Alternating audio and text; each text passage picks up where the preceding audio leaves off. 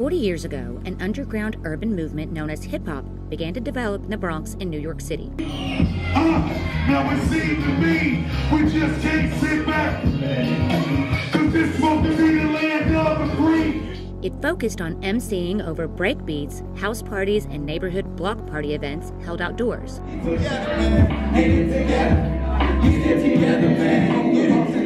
However, it didn't become a vital part of Evansville's thriving music scene until the last few years.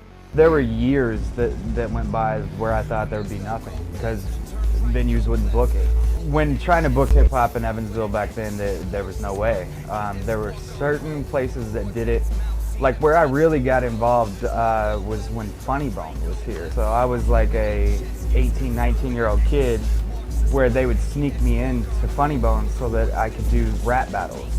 It's very hard to get into any of the venues around.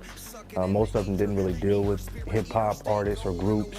You face a lot of no's. Or we don't know who's gonna come to it. But for a long time, if anything happened in an event where they were playing hip-hop music, the story was always hip-hop show causes violence, hip-hop causing violence. Whereas if it happened at any bar or any nightclub where they were playing any kind of music, the story would be written about, the music wouldn't even be included. A lot of the clubs that did do hip-hop, that attracted like violence and it began to be known as intertwined with the violence. What held the hip-hop scene back in the area was an image issue.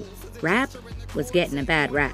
We're up against a lot of kind of the misconceptions, the stigmas that go along with hip-hop. I think there's a lot of, stereotypes that people buy into, and I think there's a lot of groups and people that don't do it any favors, and that's unfortunate. It's very hard to get into any of the venues around. Most of them didn't really deal with hip-hop artists or groups. Which was unfortunate because that wasn't what all hip-hop was about. When you bring true hip-hop into real hip-hop, it's about the vibes in the fields and people feed off each other. So that type of energy would not create a violent scene. It creates a positive. You know, I started off on a road with like selling drugs.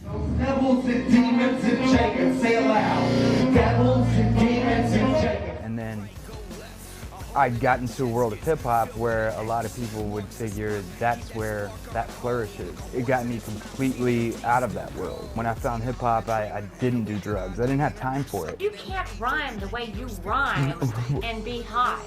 Right, well, there's some that do, but I'm not this dude. But in the music industry, it's not about what's real, it's about perception and marketability. I wasn't getting booked until they saw that I was bringing like a indie rock crowd. I hate to say this, but do you think you're marketable because you're white?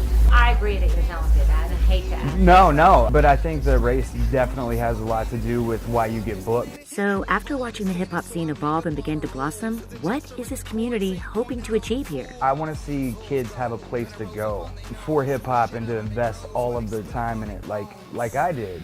We are really going to be a force to be reckoned with, and it'll be a very big scene here. As long as we keep the momentum and we keep the sound cohesive and keep that energy going, I think we could definitely have something special. We are right in between St. Louis, Nashville, Chicago, Louisville. So we have a hot spot of all these artists that could come here as well. Hip-hop is alive in Evansville. There is a hip-hop community. The devils and demons and Jacob, say it with me. Devils and